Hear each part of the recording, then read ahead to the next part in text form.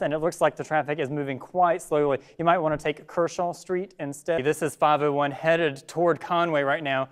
And you can see traffic is basically not moving at all. Earlier, Highway Patrol reported the EMS was en route to this accident. Those are all the details we have right now. This traffic coming out of Conway toward Coastal Carolina University moving just fine. You can see the red here. That means that it is slowing down traffic right here at East Cox Ferry Road. And we're keeping an eye on the high schools this morning, and you know if I'm watching Green Sea Floyd's, I must be watching them all, right? There is a little bit of a slowdown there on Highway 9, so even the smallest of schools this morning will have slowdowns out front. So if you need to access St. James High School from the backside, usually from Freewoods Road down Salem, you'll have to go around on Honeysuckle Lane to get to 707. If you're trying to get from 17 onto 22, you will not be able to do that headed toward Conway. It is now closed until noon, according to North Myrtle Beach. They're investigating a pedestrian that was hit and killed there on Highway 22 near Highway 31. Just an example of the fog that you're going to see out there today. There is an accident in the Timmonsville area. This is on Brockington Street. Good morning, everyone. I'm Brandon Herring. We are taking just a few minutes out of regular programming this morning for a breaking news update on Tropical Storm Michael.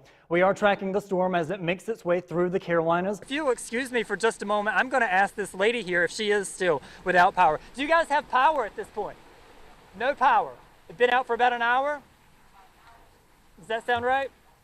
Okay, yeah, so he's confirming there that there's no power here. The wind here in Myrtle Beach isn't coming from the ocean this way. It's actually coming from mainland toward the ocean. And if we pan up here to the palmetto trees, hey Patsy, well so far so good. They've had a really good turnout here at this blood drive in Myrtle Beach. You can see back here. They also have today some t-shirts, these long sleeve special edition winter t-shirts. We are following some breaking news this morning as Lumberton police investigating a kidnapping that happened this morning. For breaking news update. Right now we are expecting officials in the Florence County area to hold a press conference to update us on that deadly officer-involved shooting. This traffic is headed out of Conway and toward Myrtle Beach. You can see it's the normal slow and go there on 501, but it shouldn't be too much to worry about. That's the orange right there. And now, WBTW on-time traffic.